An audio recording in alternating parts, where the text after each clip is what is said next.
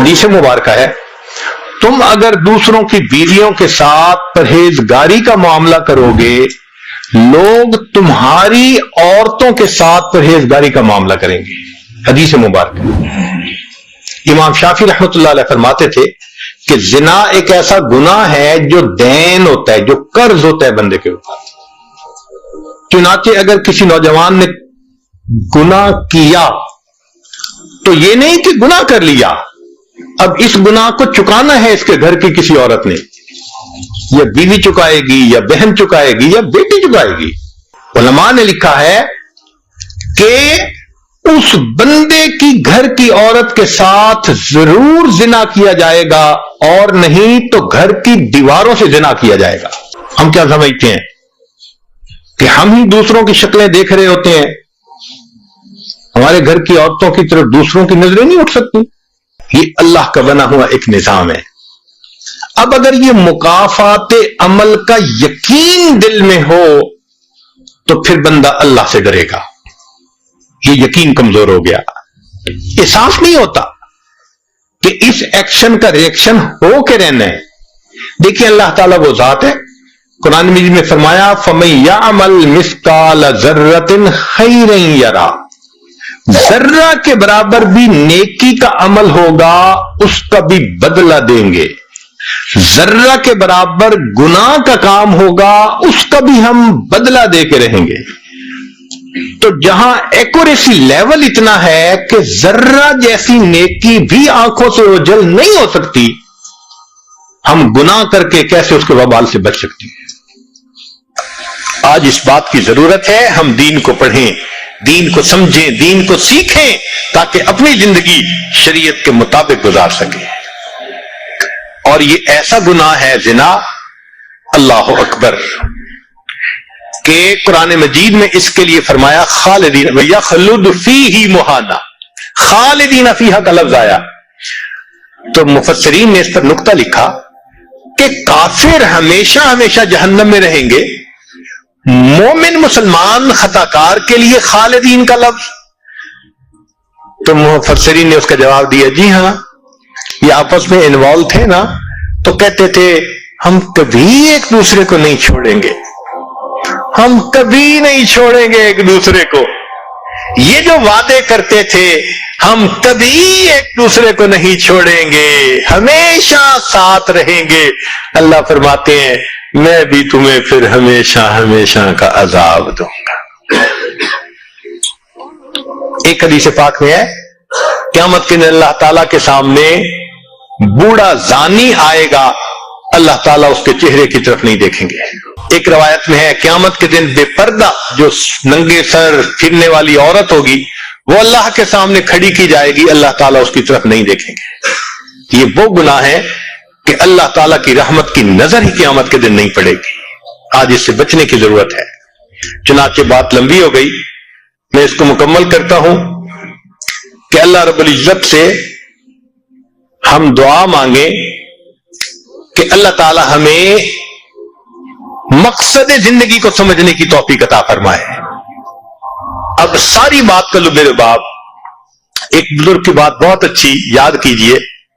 فرماتے تھے کہ اے دوست تو اللہ کی اتنی عبادت کر جتنا کہ تو اس کا محتاج ہے.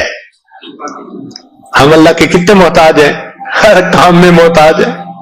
تو فرماتے تھے کہ تم اللہ کی اتنی عبادت کرو کہ جتنا تم اس کے محتاج ہو، اور دوسری بات کہی اتنا گناہ کرو جتنا عذاب سہنے کی تم میں طاقت ہے. ہم تو دھوپ کی گرمی برداشت نہیں کر سکتے، اللہ تیرے جہنم کی گرمی کہاں برداشت کر سکے. تو گناہ کی سزا 3 طریقے سے ملتی ہے.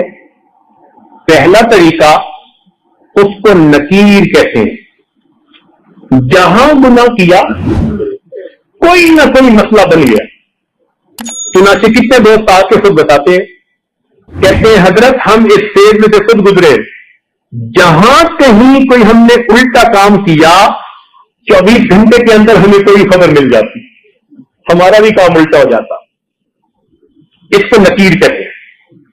فضیل بن عیاض رحمۃ اللہ علیہ فرماتے ہیں کہ میں نے جب بھی اللہ تعالیٰ کی نافرمانی کی، میں نے جب بھی اللہ تعالیٰ کی نافرمانی کی، میں نے اس نافرمانی کا اثر اپنی بیوی میں، اپنی اولاد میں، اپنے خادموں میں یا اپنے سواری کے جانور میں کہیں نہ کہیں ضرور دیکھا. میں نے اللہ کی نافرمانی کی، میرے جتنے ماتحت تھے اس میں سے کسی نہ کسی نے میری نافرمانی. تو ہم غور کریں، اگر آج بیوی ہماری بات نہیں سنتی تو کہیں اللہ تعالیٰ کی نافرمانی کا یہ نقد سزا تو نہیں ہے. آج اولاد جو نافرمان بن گئی، کہیں اللہ تعالیٰ کی نافرمانی کی نقد سزا تو نہیں ہے. کام کرنے والے کاروبار میں جو دھوکے دے جاتے ہیں، کہیں یہ نقد سزا تو نہیں ہے.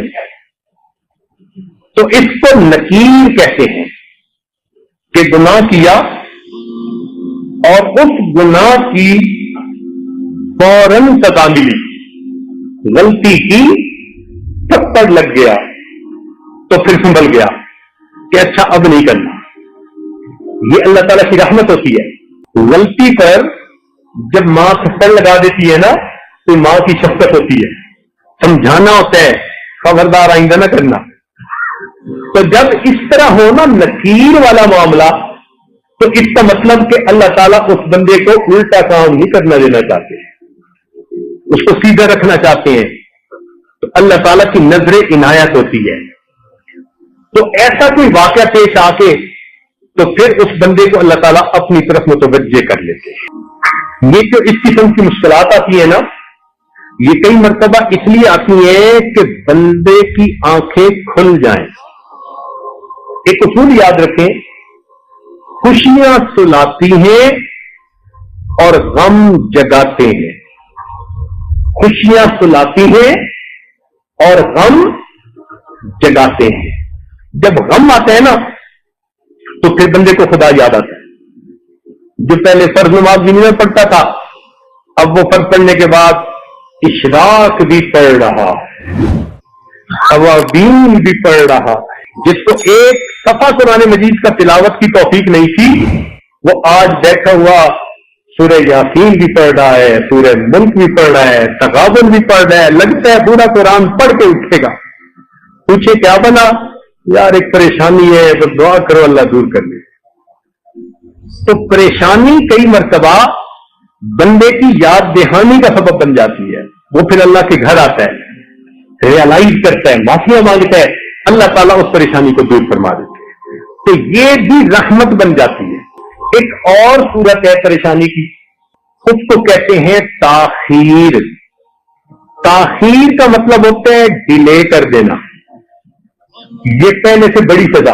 وہ جو نقد تھپڑ لگتا تھا نا، یہ اس سے بڑی سزا کہ اللہ تعالیٰ اس کو فوراً تھپڑ نہیں لگاتے، موقع دے دیتے ہیں، ڈیل دے دیتے ہیں.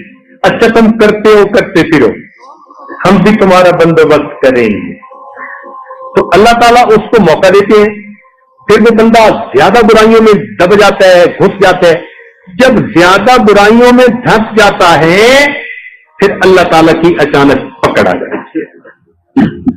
اور یہ پہلے سے بڑی سزا، بہت بڑی سزا. چنانچہ ایک عورت کا واقعہ، ان پڑھ تھی مگر زبان کی ذرا تیز بھی تھی. اللہ نے اسے بیٹا دیا. ایک دن کسی کام میں مشغول تھی اور وہ بیٹا پیچھے پیچھے پیچھے پیچھے. کچھ بچوں کو نا گودوں کا چسکا ہوتا ہے، ہر وقت کی گود میں رہتے ہیں. یہ چاہتی تھی میں کام سمیٹوں اور بچہ چاہتا تھا کہ مجھے یہ گود میں لے لے. تو اس نے اس کو دکھایا، فیڈر بنا کے دیا اور اس کو کہا کہ خبردار جو اب اٹھ کے میرے پیچھے آیا. فیڈر دودھ پی اور یہیں لیتا ہے. وہ بچہ تھا، اس نے تھوڑی دیر دودھ پیا، جب بھوک ختم ہو گئی وہ اٹھا پھر ماں کے پیچھے، امی امی امی. اب یہ غصے میں آ گئی، اور جب غصے میں بندہ آ جاتا ہے نا اس کو سمجھ نہیں آتی کہ وہ کر کے آ رہا ہے.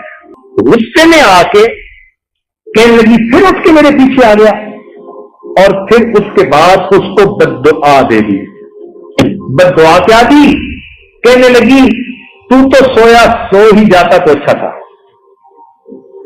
تو سویا سو ہی جاتا تو اچھا تھا. اللہ تعالیٰ نے بددعا قبول کر لی، مگر بچے کو اس وقت موت نہیں آئی.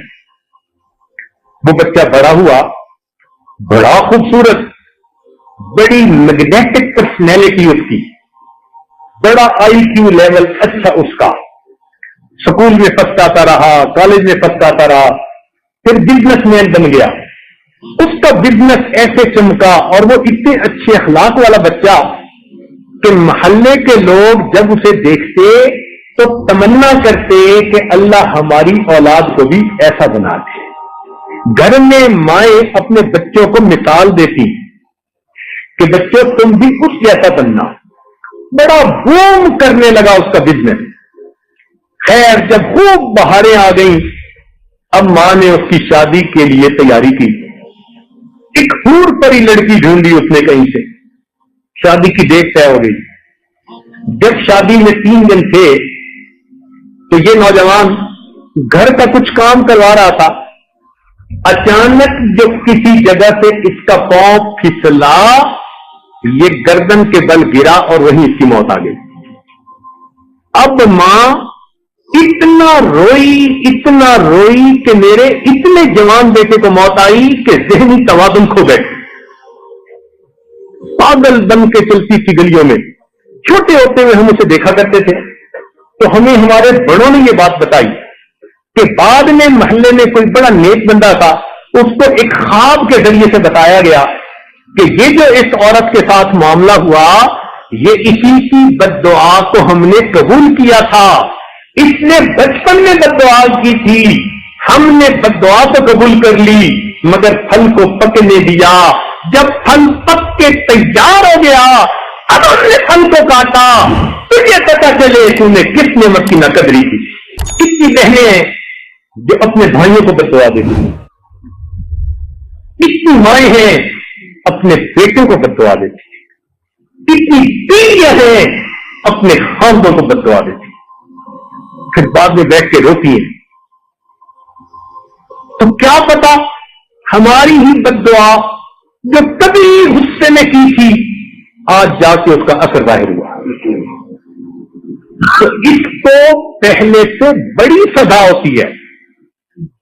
اس کو کہتے ہیں تاخیر. اللہ تعالیٰ تاخیر کر دیتا ہے، ڈیلے کر دیتے. قرآن مجید میں اللہ تعالیٰ فرماتے ہیں فَلَمَّا نَسُوا مَا ذُكِّرُوا بِهِ فَتَحْنَا عَلَيْهِمْ أَبْوَابَ كُلِّ شَيْءٍ، کہ جب وہ لوگ بھول گئے جو ان کو نصیحت کی گئی تو ہم نے ان پر ہر چیز کے دروازوں کو کھول دیا. خوب عیش کریں جو چاہتے ہیں. حتی اذا فرحوا بما اوتوا، حتیٰ کہ جب وہ بڑے خوش ہو گئے جو ان کو ملا تھا اور خوب موج میلہ کرنے لگے. اللہ تعالیٰ فرماتے ہیں اخذناہم بغتۃ، ہم نے اچانک ان کو اپنی پکڑ میں لے لیا. یہ بہت خطرناک سزا ہوتی ہے. اس لیے میرے دوستو، جب انسان گناہوں بھری زندگی گزار رہا ہو اور اللہ تعالیٰ کی نعمتوں کی بارش بھی اپنے اوپر دیکھ رہا ہو تو یہ بڑا ڈرنے کا مقام ہوتا ہے. یہ بڑا ڈرنے کا مقام ہوتا ہے. اللہ، میں گناہوں پہ گناہ کر رہا ہوں، آپ نعمتیں بھیج رہے ہیں، کہیں مجھ کو پھنسایا تو نہیں جا رہا، ٹریک میں تو نہیں لا رہے. اس کو تاخیر کہتے ہیں. اور ایک اس سے بھی بڑی سزا، اس کو کہتے ہیں اللہ رب العزت کی خفیہ تدبیر. اللہ تعالیٰ کی خفیہ تدبیر کہ اللہ تعالیٰ ایسی طرح سے بندے کو سزا دیتے ہیں کہ بندے کو پتہ بھی نہیں چلتا کہ یہ سزا ہے. ایسی طرح سے سزا دیتے ہیں. مثال کے طور پر جوانی میں بدماشیاں کی اور اللہ تعالیٰ نے بڑھاپے میں بیوی کو نافرمان بنا دیا. جب اولاد جوان ہو اور ماں کا ساتھ دے رہی ہو، اور اس وقت بیوی اپنے خاوند کی نافرمان ہو جائے، تو جتنا بڑھاپا اس بندے کا خراب ہوتا ہے وہ اپنی کیفیت کسی کو بتا ہی نہیں۔ تو کرتوت جوانی کے، سزا ملی بڑھاپے۔ اب دل کا دکھ کس کو کہے؟ اس کو کہتے ہیں اللہ تعالیٰ کی خفیہ تدبیر۔ کوئی بیماری ایسی دے دی، نعمتوں سے محروم کر دیا۔ چنانچہ ایک عورت نے خط لکھا کہ حضرت 7 سال ہو گئے، میں قسموں قسم کے کھانے بناتی ہوں اور گھر میں آئے ہوئے مہمانوں کے لیے دسترخوان سے لگاتی ہوں، لیکن خود السر کی مریضہ ہوں۔ 7 سال میں فقط جوسز وغیرہ پی کے گزارا کرتی ہوں، لیکوڈ چیزیں، روٹی کا ایک لقمہ بھی میرے منہ میں نہیں گیا، میں روٹی کو ترستی۔ اب 7 سال سے جس سے اللہ نے روٹی کی نعمت کو جو چھین لیا، اس کو احساس ہی نہیں کہ یہ میرے گناہ کی سزا تھی جو مجھے ملی۔